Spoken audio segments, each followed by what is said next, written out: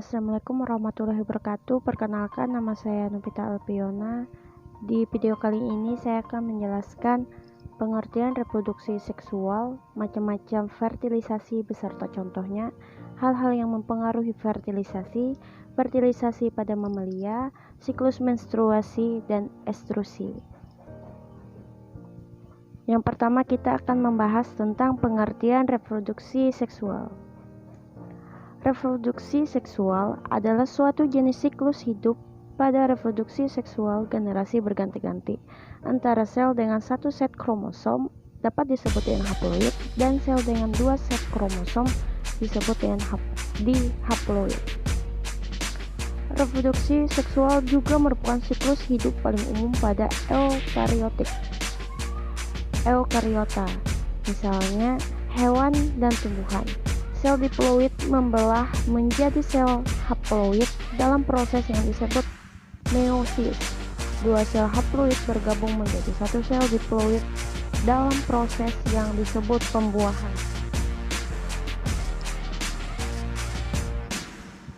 Selanjutnya, pertama-tama kita akan membahas tentang pengertian fertilisasi. Fertilisasi adalah proses peleburan spermatozoon dan sel telur yang meliputi inti atau genom dan sitoplasma. Fertilisasi juga mempunyai pengertian suatu proses penyatuan atau fusi dari dua sel gamet yang berbeda, yaitu sel gamet jantan dan betina, yang akan membentuk zigot yang mengandung satu sel. Secara embriologi, fertilisasi merupakan pemasukan faktor-faktor hereditas pejantan ke ovum dan melibatkan penggabungan sitoplasma dan bahan nukleus. Selanjutnya, macam-macam fertilisasi beserta contohnya. Fertilisasi dapat dibagi menjadi dua macam, yaitu fertilisasi internal. Fertilisasi internal adalah proses pembuahan yang terjadi di dalam tubuh betina. Sel sperma dari induk jantan harus dimasukkan ke dalam tubuh induk betina melalui kovulasi. Fertilisasi internal sebagian besar dilakukan oleh hewan darat, baik invertebrata dan vertebrata. Kelompok hewan seperti aves, reptil, dan mamalia akan melakukan fertilisasi internal. Hewan yang melakukan fertilisasi internal akan berspesialisasi dalam bentuk mengembangkan perlindungan telur.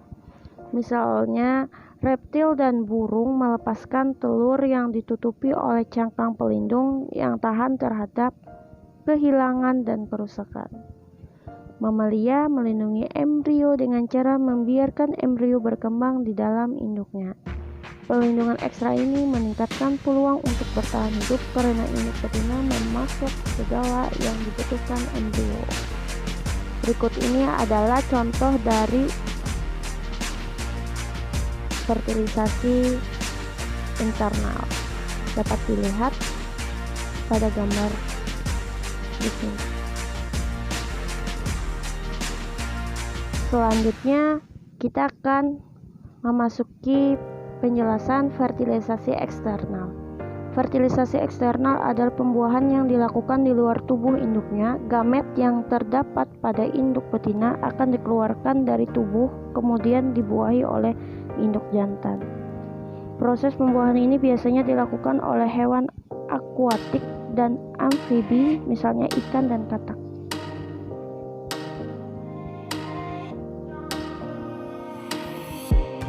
Selanjutnya, hal-hal yang mempengaruhi fertilisasi. Yang pertama, terdapat kesuburan, waktu, siklus menstruasi, masa subur, keasaman vagina,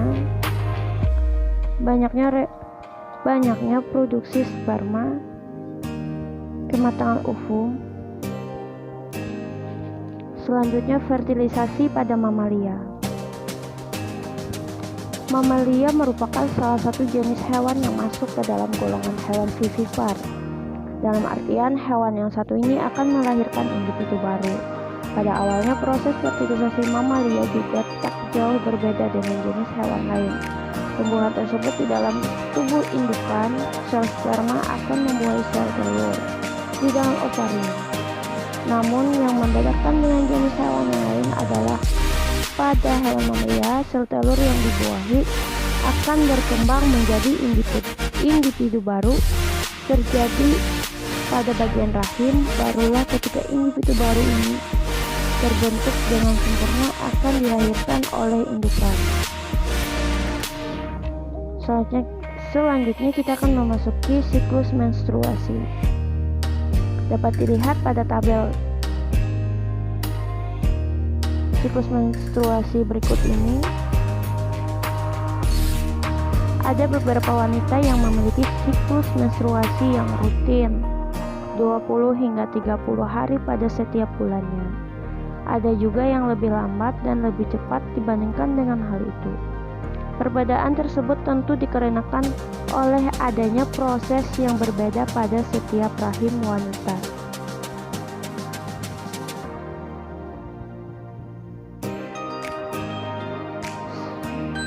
Selanjutnya kita masih membahas tentang siklus menstruasi. Siklus menstruasi merupakan salah satu proses yang terjadi pada setiap bulan dengan adanya tanda pada tubuh serta organ reproduksi wanita yang mengalami perubahan.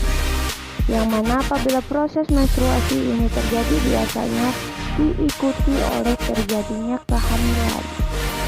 Pada setiap bulannya, sel telur akan dilepaskan oleh ovarium. Di sisi lain akan terjadi perubahan hormon yang membantu dalam kesiapan rahim untuk tempat bayi berkembang. Dalam hal ini, apabila sel telur tersebut tidak dibuahi oleh sel sperma, maka sel telur akan lepas serta lapisan rahim yang telah dipersiapkan tersebut meluruh dan keluar melalui vagina. Selanjutnya yang terakhir yaitu siklus estrusi. Pada hewan betina, sekali pubertas telah mencapai dan musim reproduksi telah dimulai, estrusi akan terjadi pada hewan betina yang tidak bunting menurut suatu siklus yang teratur dan khas. Estrus atau dapat disebut dengan birahi adalah periode atau waktu hewan betina siap menerima pejantan untuk melakukan perkawinan. Siklus birahi merupakan interval antara timbulnya satu periode birahi ke permulaan periode birahi berikutnya. Saluran reproduksi hewan betina akan mengalami perubahan-perubahan pada interval-interval tersebut. Siklus estrusi dikontrol secara langsung oleh hormon-hormon ovarium dan secara tidak langsung oleh hormon-hormon adenohypofise. Cukup ini yang dapat saya sampaikan, kurang dan lebihnya saya ucapkan terima kasih. Wassalamualaikum warahmatullahi wabarakatuh.